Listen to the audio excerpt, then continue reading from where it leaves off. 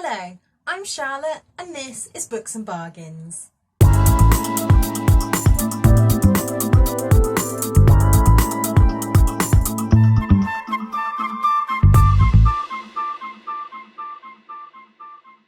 Today I'm coming to you with my April wrap-up. I said last month that I was going to do vlog style reviews and I didn't this month, but I have already started doing vlog style reviews for May, so you will get to see them in May. I read 6 books this month. It was quite a slow reading month for me, but let's get into what I did read. Most books that I read this month were part of blog tours or read-alongs, and the first one of those being Family for Beginners by Sarah Morgan. I hadn't read a Sarah Morgan before, but I've heard good things about her. And at the beginning of April, this was exactly what I needed. I just needed something to take my mind away from all the shit that was going on in the world. And yeah, this was a beautiful story of a woman who basically has got used to living alone and is quite happy being single, and then meets a man and becomes part of his family. And there are some really gorgeous, tender moments in this, and I gave this one a 4-star. The next book I read was part of a read-along, and that was Ruth Ware's The Turn of the Key. I bloody love this book.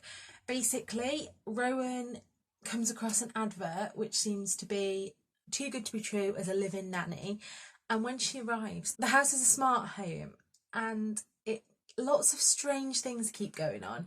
But from the beginning of the book, you know that Rowan has been accused of murder of one of the children, and through the book she's trying to prove that she didn't do it. And it was very cleverly written in the way that I didn't know who to trust, and there are a few red herrings in there, and it kept me gripped right up until the very last page. My husband has been reading books this year. Him and his friend are doing a challenge where each month they read from a different genre, and sorry, I can see a cat's paw keep going under the door. Hello, playing paws under the door. The genre that they picked for April was YA, and I gave him Karen Mcmanus is One of Us is Lying, and as he was reading that I decided to read One of Us is Next, and I bloody loved this. Karen Mcmanus is just one of those authors that I think I will always read now. I've read 2 of her books and thought they were brilliant. I gave this one a 5-star. Don't really want to say too much about this one because I don't want to give spoilers for the first book, but by the way, look how beautiful those sprayed edges are. At work, we have been kind of swapping books and things, and I picked up this one while I was on a night shift. I'd never heard of Jenny Oliver, but The House We Called Home was absolutely perfect. The premise of it is that the dad has gone missing at the beginning, and Stella and her family have to find him, basically. It's not a mystery. Well, it sort of is, but it's more about just family dynamics, and it was a really cosy read, and it really got me right in the feels. It was a little bit like Maggie O'Farrell's Instructions for a Heatwave, but better. I didn't like the style of that book, but I love Jenny Oliver's way of writing. Again, I've given this a 5-star, and I'm on the lookout for more books from her. The next book is the only one that I read this month that really disappointed me, and that was Ruth Ware's The Woman in Cabin 10. After really enjoying The Turn of the Key, I thought I'd pick this one up off my TBR, but I just didn't love it. I was kind of bored.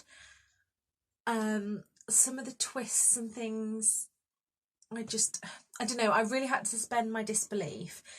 And the way that depression and mental health are portrayed in this book, it didn't sit right with me. And also there's some things at the beginning that are really made into big things, so I expected them to, you know, be some kind of theme, but it just didn't. I had to suspend my disbelief a lot, and I didn't like this one at all. I will say I like Ruth Ware is like the queen of setting up atmosphere, because the atmosphere and the claustrophobic, I don't like boats anyway, so that made it.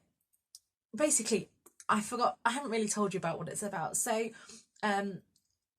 Lo is invited onto a luxury cruise as a journalist, and when she's on board, she sees a woman, and then she hears a body being thrown overboard, and then the woman is nowhere to be seen, but everybody from the crew to everyone basically say that woman never existed, and it's untangling of that.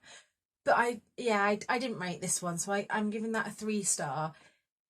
Possibly worth a read if that's your kind of thing, but it just wasn't for me. And the last book I read this month, I actually listened to this on audiobook and just kind of read along with some bits, and it was Laura Thomas's Just Eat It. I am a big fan of health at every size and intuitive eating, and I read the original intuitive eating book last year or the year before, but this was brilliant, especially listening to it on audiobook. I've been struggling a little bit with how I feel about my body and food and things since my up, so this was just like having a friend telling me exactly what to do. Not for the faint-hearted if you're not a fan of swearing, but Laura Thomas is brilliant, and I would fully recommend listening to her podcast, Don't Salt My Game. So there you have it. That's everything I read in the month of April. Have you read any of these books? Is there anything that you recommend to me off the back of me reading these books? And I'm hopefully going to be back with a new video every Tuesday and Thursday. So until next time, look after yourselves. Bye!